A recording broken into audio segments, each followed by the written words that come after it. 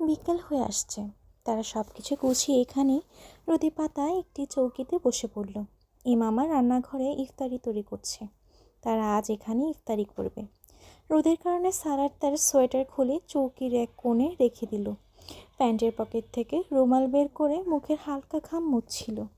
এটি ছিল ইমামার বিয়ের প্রস্তাবের চতুর্থ উপাখ্যান। বাটিতে আটা গুলতে গুলতে ইমামা রান্নাঘরের জানালা দিয়ে উঠোনে বসা সালারকে দেখল। বেচারা প্রতি ইমামার দয়া হলো। রান্নাঘর থেকেই সে সায়দা আমার সমস্ত কথা শুনতে পাচ্ছে, আর সেই কথাগুলো কতটা আপত্তিকর তাও সে অনুমান করতে পারছে। 3বার ইমামা বিভিন্ন বাহানায় সায়দা আম্মাকে ওখান থেকে সরানোর চেষ্টা করলো, আলোচনার প্রসঙ্গ পাল্টাতে।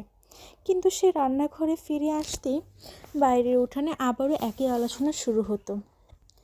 অনেক উচ্চ লম্বা যুবক, তোমার চেয়ে আধা ফুট উঁচাই হবে। হাবিব সাহেবের ছেলের দৈহিক বর্ণনা দিতে দিতে সায়দা আম্মা মাত্রাতিরিক্ত সর্বোচ্চ চূড়া স্পর্শ করেছিলেন। সারা নিজের 6 ফুট 2 ইঞ্চি, তার চেয়ে আধা ফুট উঁচু হওয়া মানে প্রায় 6.75 ফুট। পুরো লাহোর শহরে এমন ছেলে পাওয়া অসম্ভব নয়, তবে জটিল অবশ্যই। আম্মা, জিরা খুঁজে পাচ্ছি না। ইমামা জানালায় উকি দিয়ে সায়দা আম্মাকে ডাকলো। এটি ছাড়া ওনাকে ভেতরে আনার অন্য কোনো পথ নেই। আরে বেটা, ওখানেই তো, যেখানে সবসময় থাকে। জিরা আবার কোথায় যাবে? সায়দা আম্মা উঠতে উঠতে বললেন। ইমামা জিরার কৌটা তরকারিতে ঝুড়িতে ফেলে দিল। কিছুক্ষণ সে সায়দা আম্মাকে জিরা খোঁজায় ব্যস্ত রাখতে চাচ্ছে, তারপর আরও কিছু কাজ ধরিয়ে দেবে ওনাকে। রান্নাঘরে দাঁড়িয়ে দাঁড়িয়ে সে পরিকল্পনা করেছে, মৌলভী সাহেবের কাছ থেকে পানি পড়া এনে দিব তোমাকে, ওটাই সালারকে পান করিও, এতে তার মন নরম হবে। সায়দা আম্মা রান্নাঘরে ঢুকতে ঢুকতে যা বললেন তা শুধু ইমামা নয়, উঠোনে বসে সালারও শুনতে পারল। কেন, কি হয়েছে? ইমামা চমকে জিজ্ঞেস করল। সে এখন আলু কেটে কেটে পাত্রে রাখছে। কেমন পাষাণ মন তার, একটা কথায় যদি সহমত পোষণ করত। তিনি এখন হতাশ প্রকাশ করছেন। আম্মা, আপনি যদি এসব কথা বলেন তাহলে সে কিভাবে সহমত প্রকাশ করবে? এসব কথা আর বলবেন না, তার খারাপ লাগে হয়তো। ইমামা চাপা স্বরে সায়দা আম্মাকে নিষেধ করল। কেন বলবো না? সেও যেন আমাদের মেয়ে কোনো ফেলনা জিনিস নয়। লাখে এক। এই জিরা কোথায় গেল? সায়দা আম্মা কথা বলতে বলতে জিরার কৌটা হারানোর দুশ্চিন্তাও করছেন। আমি আপনাকে বললাম না, সে এখন আমার সাথে ভালো ব্যবহার করে। ইমামা আম্মাকে বোঝালো। তুমি অনেক ধৈর্যশীল বেটা। আমি কি জানি না? আমার সামনেই তো কোনো কথা বলে না সে তোমার সাথে। আড়ালে আর কি করে? সায়দা আম্মা বশীভূত হলেন না। উঠোনে চৌকিতে বসে সালা জুতো খুলে ফেলল। মাথার নিচে সোয়েটার রেখে চৌকিতে চিত হয়ে শুয়ে পড়ল। ভেতর থেকে সায়দা আম্মা ও ইমামার কথার আওয়াজ এখনও আসছে, কিন্তু সালার এখন ওদিকের থেকে মনোযোগ সরিয়ে নিয়েছে। লাল ইটের দেয়ালে ছড়ানো সবুজ চিহ্নগুলোর দিকে তাকিয়ে আছে। রোদ এখন পড়তে শুরু করছে, কিন্তু তাতে এখনও তাপ রয়েছে। সামনের কোনো বাড়ির ছাদ থেকে কয়েকটি কবুতর উড়ে উঠোনের উপর দিয়ে চলে গেল। সেগুলোর মধ্যে একটি কবুতর উঠোনের দেয়ালে বসে পড়ল। দীর্ঘ একটি সময় পর রোদে শুয়ে সে এমন প্রশান্তি অনুভব করছে। মূলত রোদে প্রশান্তি ছিল না, প্রশান্তি ছিল জীবনে। সে দু চোখ বন্ধ করে ফেলল। কয়েক মুহূর্ত পর চমকে চোখ খুলল। ইমামা নিঃশব্দে তার মাথার নিচে একটি বালিশ রাখার চেষ্টা করছে। তাকে চোখ খুলতে দেখে ইমামা ক্ষমা প্রার্থনার ভঙ্গিতে বলল, এভাবে তোমার ঘাড় ব্যথা করবে। সোয়েটার সরাতে সরাতে বলল। সালার চুপচাপ বালিশ মাথার নিচে নিয়ে নিল। ইমামা তার সোয়েটারটি ভাঁজ করে কাঁধে ফেলে ভেতরে চলে গেল। এমন আদর ভালোবাসা কথা তো সে কখনো ভাবেনি। এমন আদর ভালোবাসা সে চায়ও নি। জীবনসঙ্গী করার ইচ্ছে ছিল, তাকে পেয়েছে। আর কিছু পাক না পাক, সে পুনরায় চোখ বন্ধ করে ফেলল। ঘুমিয়ে পড়েছে কি? সায়দা আম্মা জানালা দিয়ে ইমামাকে দেখে তাকে ভিতরে আসতেই জিজ্ঞেস করলেন। জি, ঘুমাচ্ছে। আচ্ছা, আমি তো ভেবেছিলাম তাকে আর একটু বোঝাবো। এই ঘুমিয়ে কেন পড়লো? সায়দা আম্মা হতাশ ও উদ্বেগ দুটো একসাথেই হলো। ক্লান্ত হয়ে পড়েছে আম্মা। আপনি তো দেখলেনই কত কাজ করলো সে। মজুরদের সাথে মিলে জিনিসপত্র উঠালো। গতকালও বাসায় অনেক কাজ করেছে। ইদানিং ব্যাংকে অনেক ব্যস্ত থাকে। ইমামা নিচু স্বরে সায়দা আম্মাকে বলে চলল। রান্নাঘরে জানালা সে বন্ধ করে দিল। সালারে ঘুম কেমন কাঁচা সে জানে। হ্যাঁ, কিন্তু ইমামা সায়দা আম্মাকে আস্তে করে থামালো। আম্মা, আস্তে কথা বলুন, সে আবার উঠে যাবে। দেখ বেটা, তুই কতটা খেয়াল রাখিস ওর। আর সে? সায়দা আম্মা বিমর্ষ হলেন। ইমামা ভেতরটা এখন পুড়ে যাচ্ছে। সালারের ব্যাপারে সে সায়দা আম্মার কাছে ওসব গীবত না করলে সায়দা আম্মা তাকে এখন বিশ্বাসযোগ্য মনে করতেন না। কিন্তু এখন সমস্যা হলো, তাকে লাখো বিশ্বাস দেওয়া সত্ত্বেও না জানি তার মনে সালারের প্রথম স্ত্রীকে নিয়ে কী ভাবনা জেগে আছে। সেসব ভাবনা তাকে দুশ্চিন্তা ও আশঙ্কায় ফেলে রাখে। তার এখন মনে হয় ইমামা নিশ্চয়ই তার কাছে কিছু না কিছু লুকায়। সালারের সাথে সে এতটা ভালো নয় যতটা ভালো সে এখানে দেখায়। এই সন্দেহের কারণে ইমামার ব্যাপারে বলা গল্পগুলোতে সালারের এমন নির্লিপ্ত নীরবতাও। অথচ তার এমন সব কথার কারণে সালার চুপ থাকে। এই সম্পূর্ণ পরিস্থিতিতে ইমামা একটি জিনিস শিখেছে, আর তা হলো নিজের স্বামীর ব্যাপারে অন্য কারো কাছে অভিযোগ করা উচিত নয়। তার মুখ নিঃসৃত কিছু শব্দের কারণে এখন দুজনকেই চরম মূল্য দিতে হচ্ছে। রক্ত কোত্থেকে ঝরছে সালার অনুমান করতে পারল না, কিন্তু তার হাতে রক্ত লেগে আছে। সে যন্ত্রণা কাতর ও বিশ্বস্ত হয়ে হাতের দিকে তাকিয়ে আছে। তারপর ঝুঁকে পরনের সাদা জামার দিকে তাকালো। তার পোশাক নিদাগ ঝলমলে। পুনরায় হাতের রক্ত ও দেহের যন্ত্রণার কারণে সে বুঝতে পারল না। তার মধ্য থেকে রক্ত কয়েক ফোঁটা তার সাদা পোশাকে এসে পড়ল। সালার, আসরের নামাজ চলে যাচ্ছে, নামাজ পড়ে নাও। সে হড়বড় করে উঠল। ইমামা তার পাশে দাঁড়িয়ে তার কাঁধ নাড়াতে নাড়াতে তাকে জাগাচ্ছে। সালার প্রথমে চারপাশে তাকালো, তারপর উভয় হাতের দিকে। তালু একদম পরিষ্কার, এলোমেলো নিঃশ্বাস নিচ্ছে সে। ইমামা তাকে নাড়া দিয়ে চলে গেল। সালার উঠে বসল। এটা স্বপ্ন ছিল? চৌকিতে বসে স্বপ্নটি মনে করার চেষ্টা করতে করতে কয়েকটি আয়াত তেলাওয়াত করতে লাগলো। বহুদিন পর সে এমন ভয়ঙ্কর স্বপ্ন দেখল। উঠানের রোদ এখন ঢলে পড়েছে। অনাকাঙ্ক্ষিতভাবে সে ঘড়ির দিকে তাকালো। আসরের জামাতের সময় চলে গিয়েছে। এখন তাকে ঘরে নামাজ পড়তে হবে। পায়ের মোজা খুলতে খুলতে সে স্বপ্ন নিয়ে দুশ্চিন্তা করতে লাগলো। ইমামা ততক্ষণে তার সোয়েটার ও উজুর জন্য স্যান্ডেল নিয়ে এসেছে। শরীর ঠিক আছে তোমার? তাকে সোয়েটার দিতে দিতে ইমামা এই প্রথম তার মুখের দিকে তাকালো। তার চেহারা লাল মনে হলো। সে সালারের কপালে হাত রেখে তার তাপমাত্রা পরিমাপ করলো। জ্বর নেই, রোদের শোয়ার কারণে হতে পারে। সোয়েটার পরতে পরতে সারা তাকে বলল। ইমামাকে তার কাছে কোনো গভীর চিন্তায় নিমগ্ন মনে হলো। দ্বিতীয় অধ্যায়, বাইতুল আনকাবুত বা মাকড়সার ঘর। 1। এই সপ্তাহে সালার তার সঙ্গে ইমামাকে করাচি নিয়ে গেল, কিন্তু এবার রাতের ফ্লাইটে এলো। তার আগের মতো এবারও ওই হোটেলেই অবস্থান করলো। সালার অফিসের কাজে ব্যস্ত ছিল। ইমামা তখন আনিতার সাথে ঘুরে বেরিয়েছে। সালারের সাথে তার পুনরায় দেখা হয়েছে আগের বারের মতো এয়ারপোর্টে। ইমামা কেমন নিশ্চুপ হয়ে আছে। সালা তো খেয়াল করলো, কিন্তু তার সাথে এই ফ্লাইটে তার ব্যাংকের কিছু বিদেশি উচ্চপদস্থ কর্মকর্তাও ছিল।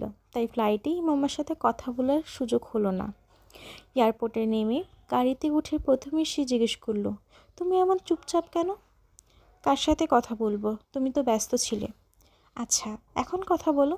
সালার প্রসঙ্গ পাল্টাতে পাল্টাতে বলল, কেমন ছিল আজকের দিন? ভালো। আজকে কোথায় গিয়েছিলে? প্রত্যুত্তরে সে সালারকে আনিতার সঙ্গে যাওয়ার জায়গার 3টি নাম বলল, কিন্তু তার কথায় সালার আগের মতোই উচ্ছ্বাস দেখতে পেল না। তোমার বেতন কত সালার? সালার মুহূর্তেই যেন থমকে গেল। ইমামা অসম্ভব গম্ভীর হয়ে আছে। সালার অনাকাঙ্ক্ষিতভাবে হেসে উঠল। এই বিষয়ে কিছু বলতে চাই না। আমি মজা করছি না। আমিও মজা করছি না। আমি তোমার স্বামী, কিন্তু নির্বোধ নই। আমরা যে অ্যাপার্টমেন্টে থাকি সেটা তোমার ব্যক্তিগত? এই প্রশ্নটি সালারকে অধিক হতবাক করে দিল। না, এটা ভাড়ায়। কিন্তু তুমি এসব কেন জিজ্ঞেস করছো? তার জবাব শুনে ইমামার চেহারায় হতাশা স্পষ্ট হয়ে উঠল। এবার সালার গম্ভীর হয়ে গেল। এমনি জিজ্ঞেস করলাম, ভেবেছিলাম তোমার হবে ওটা। আমি ভাবছি তুমি আমাকে যে টাকা দিয়েছো তা দিয়ে কোনো ফ্ল্যাট কিনে নিব। ইমামা, সমস্যা কী? সালার এবার তার কাঁধে বাহু ছড়িয়ে বলল, কোনো সমস্যা নেই, আমাদের নিজেদের একটা বাড়ি তো থাকা উচিত। ইমামা এখন গম্ভীর। তুমি আনিতার বাসা দেখে এসেছো? বিস্ফোরণের মতো করে সালারের হঠাৎ মনে পড়ল। হ্যাঁ। ইমামা মাথা নাড়ল। সালারের দীর্ঘশ্বাস ফেলল। তার অনুমান সত্য হলো। তার বাসাটা অনেক সুন্দর না? ইমামা এখন সালারকে জিজ্ঞেস করছে। হ্যাঁ, অনেক সুন্দর। সালার হাত সরাতে সরাতে বলল। তুমি সুইমিং পুলের নৌকা দেখেছো? না, আমি অনেক মাস আগে তার বাসায় দেখেছিলাম। তখন পুরোপুরি সাজানো হয়নি। তাছাড়া সুইমিং পুলের নৌকার কী কাজ? আসল নৌকা না, একদম ছোট, কাঠে তৈরি মনে হয়, কিন্তু সাথে অন্য কোনো উপাদানও আছে। তাতে একটি ছোট হুইল আছে। এর বাতাস নৌকাটিকে পুরো সুইমিং পুলে নড়াচড়া করায়। সালার মুচকে হেসে তার মুখের দিকে তাকিয়ে রইল। ইমামা তাকে নৌকাটির প্রতিটি অংশ নিয়ে খুঁটে খুঁটে বর্ণনা দিচ্ছে। আনিতা আমার ওপর অনেক বড় জুলুম করেছে। ইমামা চুপ হতেই সালার বলল, কেন? সে চমকালো। আমার বিয়ে 3য় সপ্তাহে আমার স্ত্রীকে তার বাসা দেখিয়ে দিয়েছে। কোথাও জমি কিনে নিই সালার? তার কথা এড়িয়ে গিয়ে ইমামা বলল, ইমামা, আমার কাছে 2টো ফ্ল্যাট আছে, পাপা দিয়েছেন। ইসলামাবাদে বাড়ি করা তো কঠিন কিছু না। সালার তাকে সান্ত্বনা দিল। কত বড় ফ্ল্যাট? ইমামা একদম উচ্ছ্বাসিত হয়ে গেল। 253 স্কোয়ার মিটার। এতটুকুই? 5 বা 600 স্কোয়ার মিটার হলে না হতো? ইমামা হুট করে হতাশ হয়ে পড়ল। হ্যাঁ, 250 স্কোয়ার কম হয়ে যায়। 5 থেকে 600 স্কোয়ার হওয়া দরকার। সালারও একাকিত্ব প্রকাশ করল। তার চেয়ে কম হলেও হবে। এক পাশে সবজি চাষ করব, পশুও থাকবে। একটি সামার হাউস বানাবো, তাতে গ্রীষ্মের সময় কাটাবো। একটি মাছের খামারও বানিয়ে নিব। তার প্ল্যানিং শুনে সালারের মনে হলো ইমামা হয়তো জায়গায় অনুমান করতে ভুল করছে। এতটুকু জমিতেই সব কিছু করা সম্ভব নয়। সালার আস্তে করে বলল। ইমামা চমকে উঠল। কিন্তু আমি তো 2-1 একরের কথা বলছি। তার কথা শুনে সালার মুহূর্তেই হতভম্ব হয়ে গেল। ইসলামাবাদে তুমি একর একর জমি কোথায় পাবে? খানিক বাদে নিজেকে সামনে নিয়ে সে বলল, ইসলামাবাদের বাইরে তো পাওয়া যাবে, তাই না? ইমামা এখন গম্ভীর। তাহলে তুমি বাড়ি বানানোর কথা না বলে বলো যে ফার্ম হাউস বানাবে। না, ফার্ম হাউস না, একটি বিশাল উন্মুক্ত জায়গায় ছোট্ট একটি বাড়ি, যেমন কোনো উপত্যকা, পাহাড়ের ঘেরা নির্জন স্থান, এমন জায়গায় বাড়ি। পাপারও একটি ফার্ম হাউস আছে। কখনো কখনো আমরা যাই ওখানে। তোমাকেও নিয়ে যাব ওখানে। সালার পুনরায় কথা ঘোরানোর চেষ্টা করলো। আমি ফার্ম হাউসের কথা বলছি না, আমি মূল বাড়ির কথা বলছি। ইমামা এখন তার কথায় অটল। আমি যে ধরনের চাকরি করি তাতে এরকম ফার্ম হাউস বা শহরের বাইরে আবাসন তৈরি করে সামলাতে পারবো না, অন্তত যতদিন আমি চাকরিতে আছি। তাছাড়া বড় শহরে একর জমি পাওয়া অনেক কঠিন। এগুলো তোমার ওইসব রোমান্টিক উপন্যাসে হতে পারে, কিন্তু বাস্তব জীবনে নয়। সে জিনিস সম্ভব ও বাস্তবিক সেটা হলো কয়েক বছর পর কোনো একটি বিলাসবহুল ফ্ল্যাট নিয়ে নেব, অথবা 250 স্কোয়ার জায়গায় কোনো একটি বাড়ি বানিয়ে দিব। এর চেয়ে বেশি পাওয়া সম্ভব নয়। হ্যাঁ, এটা অবশ্যই করতে পারি যে 5-10 বছর পরে ইসলামাবাদ কিংবা লাহোর থেকে বাইরে কোনো ফার্ম হাউস বানিয়ে নিব। কিন্তু আমি জানি সে 20 বছর অথবা 30 বছরে আমরা 10-20 বারের চেয়ে বেশি ওখানে যেতে পারবো না, আর গেলেও কয়েকদিনের জন্য। সেটা আমাদের জন্য একটি সাদা হাতি সাব্যস্ত হবে, যার পেছনে প্রতি মাসে আমাদের ব্যয় হবে। সালার বুঝতে পারেনি যে সে একটু বেশি খোলাখুলি কথা বলে ফেলেছে। ইমামার চেহারা খানিক ধূসর হয়ে উঠল। সালার তাকে বাস্তবিক কথাই বলছিল। ইমামা কোনো কথা বলল না। তার নীরবতা পুরো রাস্তায় সালারকে যন্ত্রণা দিতে লাগলো। আচ্ছা ঠিক আছে, তুমি বাড়ি একটি স্কেচ বানিয়ে দিও, সম্ভব হলে বানানো যেতে পারে। ঘুমানোর আগে সে দায়সারাভাবে ইমামাকে বলল। মুহূর্তেই ইমামার চেহারা বদলে গেল। ছোট্ট একটি কথা তাকে এতটা খুশি করে তুলবে সালার ভাবতেও পারিনি। অ্যালার্মের শব্দে সালার জেগে উঠল। দেখলো ইমামা পাশে নেই। আজ তুমি আগে উঠে পড়েছো? ইমামা রান্নাঘরে কাজ করছিল। সালার তখন সাহিরির জন্য ওখানে গেল। প্রত্যুত্তরে সে মুচকি হাসল। সালার অবাক লাগলো। আজ সে খুব তাড়াতাড়ি সাহেরি করতে তাগাদ দিচ্ছে। কিন্তু কেন দিচ্ছে? এই রহস্য বেশিক্ষণ রহস্য হয়ে রইল না। খাওয়া শেষ হতেই ইমামা তার স্কেচবুক নিয়ে হাজির। এই যে বাড়ির জন্য আমার পছন্দের স্কেচ। সেহরি খেতে খেতে সালার প্রচণ্ড চমকে উঠল। তার নির্দেশনা মতো ইমামার কাছ থেকে এত তাড়াতাড়ি কর্মসম্পাদন কামনা করেনি। ইমামা স্কেচবুক খুলে নিয়ে তার সামনে বসে রইল। টিস্যু দিয়ে হাত মুছতে মুছতে স্কেচবুকটি সালার হাতে নিল। এক পলক তার বানানো স্কেচটির দিকে তাকালো। একে বাড়ির চেয়ে বেশি প্রপার্টি মনে হলো। এই স্কেচে রাতের বেলার প্রতিটি জিনিস যুক্ত করেছে। পাহাড়ের ছায়া উন্মুক্ত ময়দানে একটি ছোট বাড়ি, তার সামনে একটি হ্রদ, তার আশেপাশে ছোট ছোট স্ট্রাকচার ও সামার হাউস। সে তার স্ট্রাকচারগুলোতে রঙও করেছে। শুধু এতটুকুই নয়, এরপরও আছে। সালারকে সে স্কেচবুক বন্ধ করতে দেখে তাড়াহুড়ো করে পরবর্তী পৃষ্ঠাও খুলে দেখালো। ওটা নিশ্চয়ই বাড়ির পেছনের অংশ। সেখানে গরুঘর ও পাখিদের আবাসস্থল আঁকা হয়েছে। তাতে রাতের বেলা মাছের খামারও স্কেচ এঁকে রেখেছে। তুমি রাতে ঘুমাওনি? স্কেচবুক বন্ধ করতে করতে সালার তাকে প্রশ্ন করল। কয়েক ঘন্টা পরিশ্রম না করলে স্কেচ বানানো সম্ভব নয়। সালার এমন পর্যবেক্ষণ ইমামাকে যেন হতাশ করল। স্কেচ দেখার পর সালারের মুখ থেকে সে অন্য কিছু শোনার প্রত্যাশা করেছিল। সুন্দর না? সালারের প্রশ্নের উত্তর না দিয়ে সে বলল। কাঁটা চামচ হাতে নিয়ে সালার অনেকক্ষণ তার মুখের দিকে তাকিয়ে রইল। অনেক সুন্দর। দীর্ঘ নীরবতার পর সালারের মুখে এখন সত্য শুনে ইমামা উচ্ছ্বাসিত হয়ে উঠল। তোমার ফ্ল্যাট দুটো বিক্রি করে কোনো জায়গায় আমরা একটু বড়। তুমি অত্যন্ত এক একর জমির কথা বলছো। জমি তো কোনোভাবেই কেনা যাবে না, কিন্তু এই বাড়ি তৈরির সম্পূর্ণ খরচ তদারকি করার জন্য আমাকে বিলিয়নিয়ার না হলেও অন্তত কোটিপতি হতে হবে। সালার তার কথা থামিয়ে দিয়ে বলল। ইমামা অভিমানে স্কেচবুক বন্ধ করে ফেলল। ঠিক আছে, আমি এখন থেকে বাড়ির কথা বলবো না। মুহূর্তে সে উঠে স্কেচবুক নিয়ে উধাও হয়ে গেল। সালার কাটা চামচ হাতে নিয়ে ভ্যাবলার মতো বসে রইল। সে এখন অত্যন্ত হাস্যকর একটি পরিস্থিতির সম্মুখীন হয়েছে।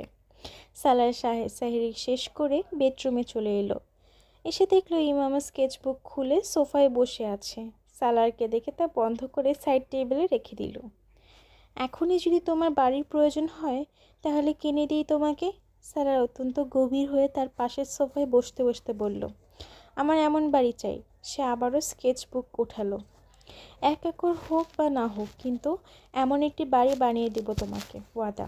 কিন্তু এখন বাড়ি নিয়ে তোমার এই হোমমেনিয়া বা পাগলামি মাথা থেকে ছেড়ে ফেলো।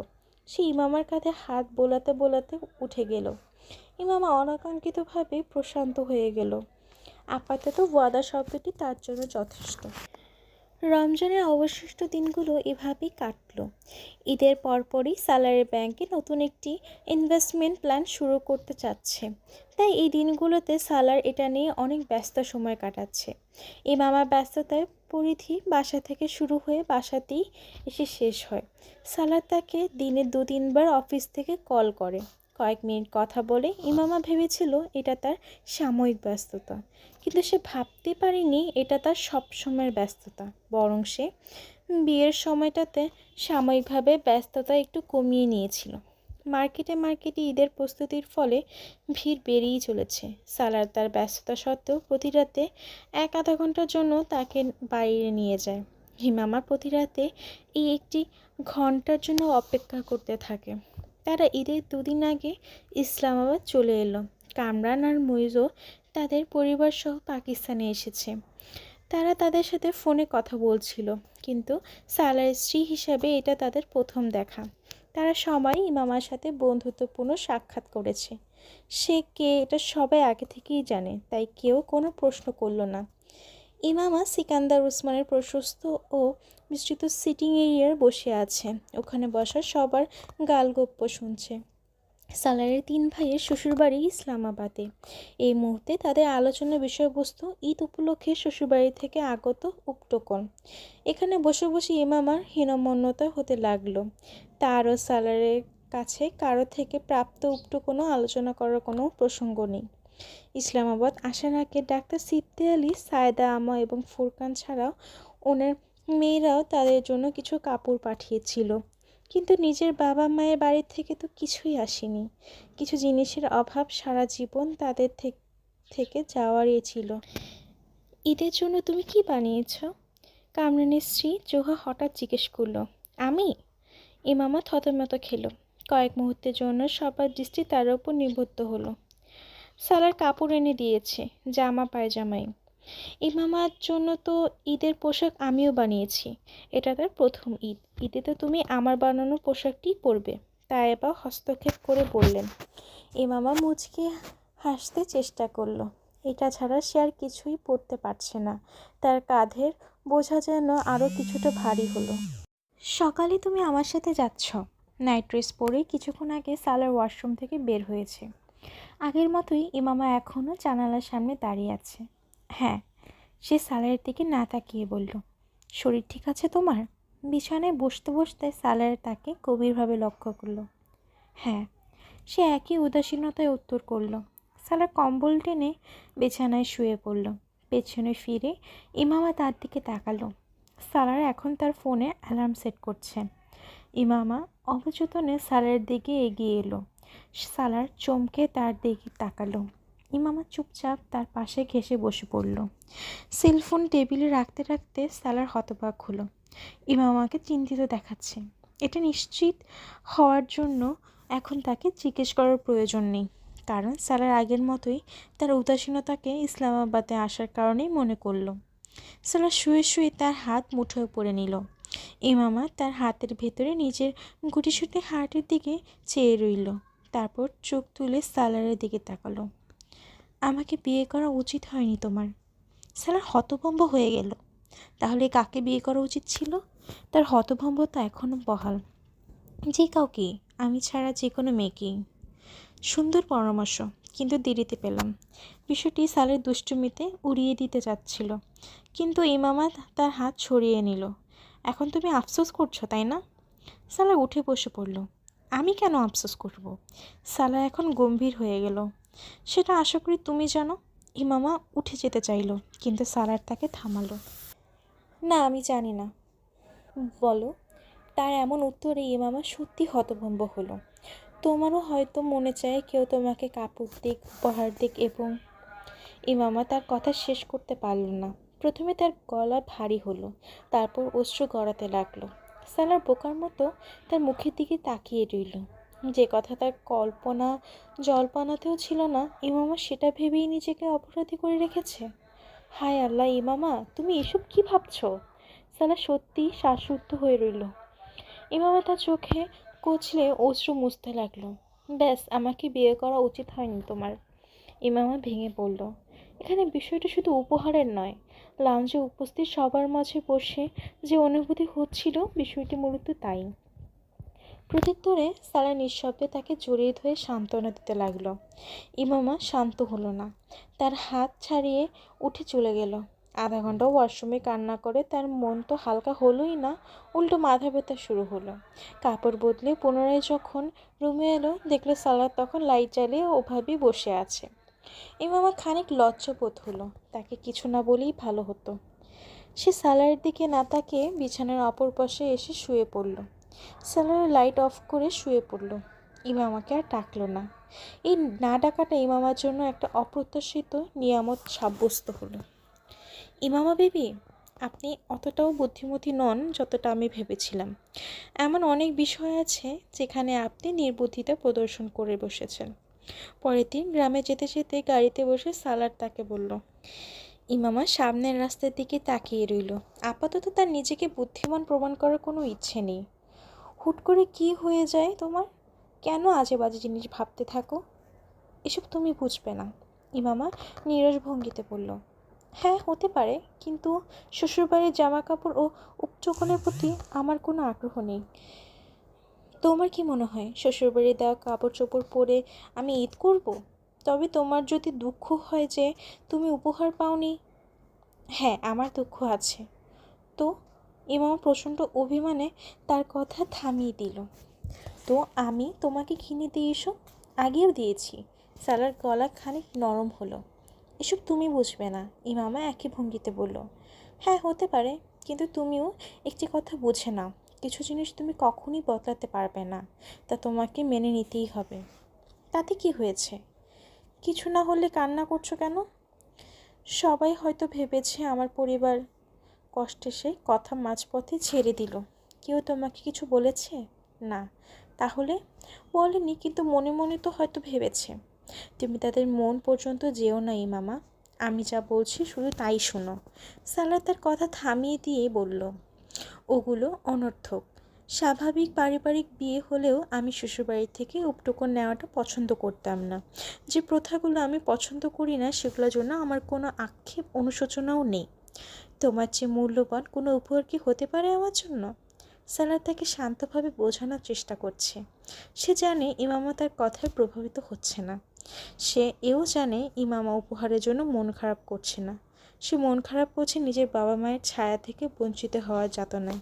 কিন্তু সালার আপাতত তার এই যাতনা দূর করতে অক্ষম, তাই আর তাকে বেশি কিছু বলল না।